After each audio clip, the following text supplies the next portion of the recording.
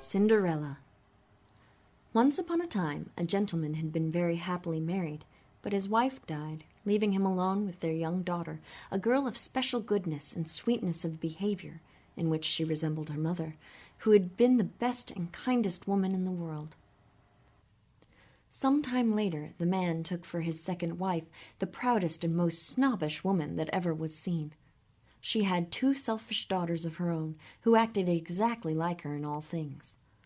The wedding was scarcely over when the stepmother's bad temper began to show itself.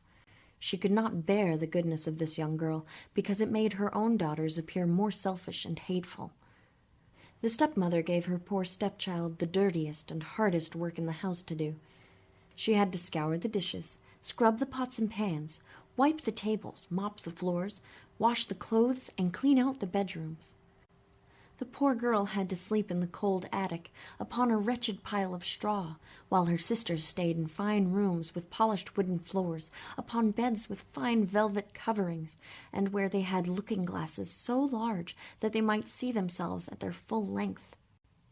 The poor girl bore everything patiently, and dared not complain to her father, who would have scolded her if she had done so, for his wife governed and bossed him entirely. When she had done her work, she used to go into the chimney-corner and sit down among the cinders, and so she was called Cinder-wench or Cinderella. However, Cinderella, in spite of her ragged clothing, was 100 times lovelier than her sisters, though they were always richly dressed. It happened that the king's son gave a ball, and invited to it all the fancy people in his kingdom. The 2 elder stepsisters were also invited, for their mother knew some powerful people, and the 2 young women were considered very fashionable in that backward part of the country. They were highly delighted with the invitation, and wonderfully busy in choosing the gowns, petticoats, and head-dresses which might make them look best. This made Cinderella's situation still harder, for it was she who ironed her sisters' skirts and sewed the ruffles on their gowns. They talked all day long of nothing but how they should be dressed. "For my part," said the elder sister, "I will wear my red velvet suit with French trimmings." "And I," said the younger, "shall wear my taffeta skirt, with my gold-flowered mantle and my diamond stomacher, which is especially becoming." They sent for the best hairdressers they could get to make up their hair in fashionable style, and bought new earrings for their ears. Cinderella was consulted in all these matters, for she had good taste. She advised them always for the best, and even offered to dress their hair, which they were very willing she should do. As she was combing the knots from the eldest topknot, the younger said to her, "Cinderella, don't you wish you could go to the ball?" "Young ladies," she said, "you only jeer and make fun of me. It is not for such a girl as I am to go to such a fine ball." "You are right," the elder replied. "People would laugh to see a raggedy cinder-wench at the ball." Anyone but Cinderella would have dressed the young ladies' hair awry to make them look silly, but she was good-natured and arranged it perfectly well. The 2 went almost 2 days without eating. They felt so transported with joy, and wanted so much to have a fine, slender shape. They broke more than 12 laces trying to lace themselves tight so they might appear to look thin, and they were continuously at their looking-glass. At last the happy day came. They went to the court to attend the great ball, and Cinderella followed them with her eyes as long as she could, and when she had lost sight of them, she fell to crying. Her fairy godmother, who saw the girl all in tears, asked her what was the matter. I wish I could! I wish I could!" But she couldn't finish for sobbing. Her fairy godmother said to her, "You wish to go to the ball, is that not so?"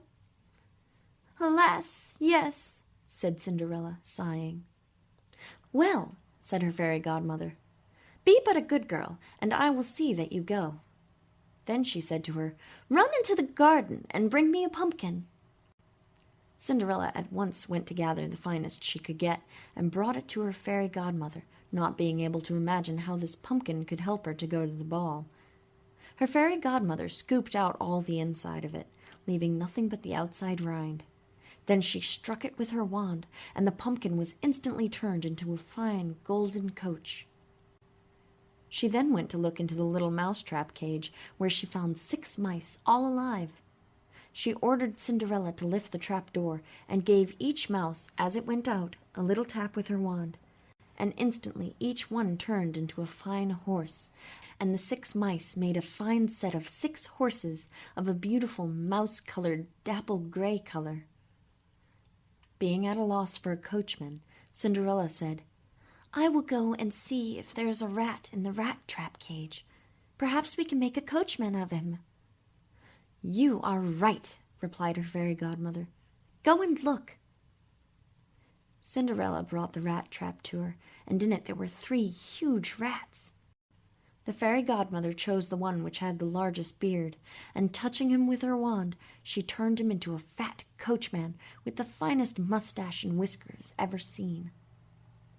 After that she said to the girl, "Go into the garden, and you will find 6 lizards behind the watering pot. Bring them to me." Cinderella had no sooner done so than her fairy godmother turned them into 6 footmen servants, who skipped up immediately behind the coach with their livery uniforms all trimmed with gold and silver, and they held tight to the coach handles as if they had done nothing else their whole lives. The fairy godmother then said to Cinderella, "Well, you see here a carriage fit to go to the ball in. Are you not pleased with it?" "Oh, yes," she cried. "But must I go as I am, dressed in these rags?" Her fairy godmother simply touched her with the wand, and at the same moment her rags were turned into the most beautiful gown of gold and silver, all decked with pearls, rubies, and emeralds. This done, she gave the girl a pair of the prettiest glass slippers in the whole world. Being thus attired and dressed, Cinderella got into the carriage, and her fairy godmother commanded her, above all things, not to stay till after midnight, and told her at the same time that if she stayed 1 moment longer, the coach would transform into a pumpkin again, her horses mice, her coachman a rat, her footmen lizards, and her clothes would become as ragged and dirty as they were before. Cinderella promised her fairy godmother that she would not fail to leave the ball before midnight. Then she drove away, scarcely able to contain herself for joy. The king's son, who was told that a great princess, whom nobody knew, had arrived, ran out to receive her. He gave her his hand as she alighted from the coach, and led her into the hall where the company were assembled. There was at once a profound silence. Everyone left off dancing, and the violins ceased to play, so attracted was everyone by the remarkable beauty of the unknown newcomer. Nothing was then heard but a confused sound of voices saying, "Oh, how beautiful she is! Gracious, how lovely she is!" The king himself, even as old as he was, could not keep his eyes off her, and he whispered to the queen under his breath that it was a long time since he had seen so beautiful and lovely a creature. All the ladies were busy studying her clothes and head-dress, so that they might have theirs made the next day in the same fashion, provided they could find such wonderful materials and skillful hands to make them. The king's son conducted her to the seat of honor, and afterwards took her out to dance with him. She danced so very gracefully that they all admired her more and more. A fine banquet of delicious food was served, but the young prince ate not a morsel, so fascinated he was with her. She went and sat down beside her stepsisters, showing them 1,000 courtesies, and giving them, among other things, part of the oranges and lemon citron candies which the prince had brought to her. This very much surprised them, for they had not been introduced to her. Cinderella heard the clock strike 11:45. She at once made her adieus and said good-bye to the company, and then hastened away as fast as she could. As soon as she got home, she ran to find her fairy godmother, and, after having thanked her, she said she much wished she could go to the ball the next day again, because the king's son had asked her to come. As she was eagerly telling her fairy godmother all that happened at the ball, her 2 stepsisters knocked at the door. Cinderella opened it. "You both have stayed so very long," said she, yawning and rubbing her eyes, and stretching herself as if she had just awakened. She had not, however, any desire to sleep, since they had left the house hours earlier. "If only you had been to the ball," said one of her sisters. "You would not have been tired with it. There came the finest princess, the most beautiful ever was seen with human eyes. She showed us 1,000 courtesies, and gave us orange and lemon citron candies." Cinderella did not show any pleasure at this. Indeed, she asked them the name of the princess, but they told her they did not know it, and that the king's son was very much concerned, and would give all the world to know who she was. At this Cinderella, smiling, replied, "Was she then so very beautiful? How fortunate you have been! If only I could see her! Oh, do lend me your yellow suit of everyday clothes, so that I may go tomorrow." "What?" cried the elder sister. "Lend my clothes to such a dirty cinder wench as you? I would be out of my mind to do so." Cinderella, indeed, expected such an answer, and was very glad of the refusal, for she would have been sadly troubled if her sister had loaned her what she jokingly asked for. The next day the two stepsisters went to the ball, and so did Cinderella, but dressed more magnificently than before. The king's son was always by her side, and his pretty speeches to her never ended. These by no means annoyed the young lady. Indeed, she quite forgot her fairy godmother's orders to her, so that when she thought it could not be more than 11, suddenly she heard the clock begin to strike 12. She then rose up and fled, as nimble and quick as a deer.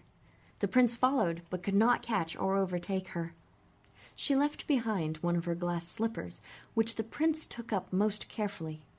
She got home, but quite out of breath, without her carriage, and in her old raggedy clothes, having nothing left of all her splendid finery except one of the little glass slippers, the pair to the one she had dropped.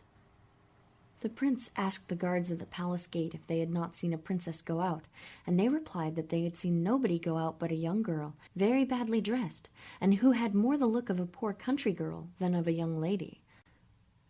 When the two stepsisters returned from the ball, Cinderella asked them if they had had a pleasant time, and if the fine lady had been there. They told her yes, but that the princess hurried away the moment it struck 12, and with so much haste that she dropped one of her little glass slippers, the prettiest in the world, which the king's son had taken up. They said, further, that he had done nothing but look at the young lady all the time, and that most certainly he was very much in love with the beautiful owner of the glass slipper. What they said was true, for a few days later the king's son sent out an ambassador, accompanied by the sound of trumpets, to read a written proclamation that the prince would marry her whose foot this slipper would fit exactly.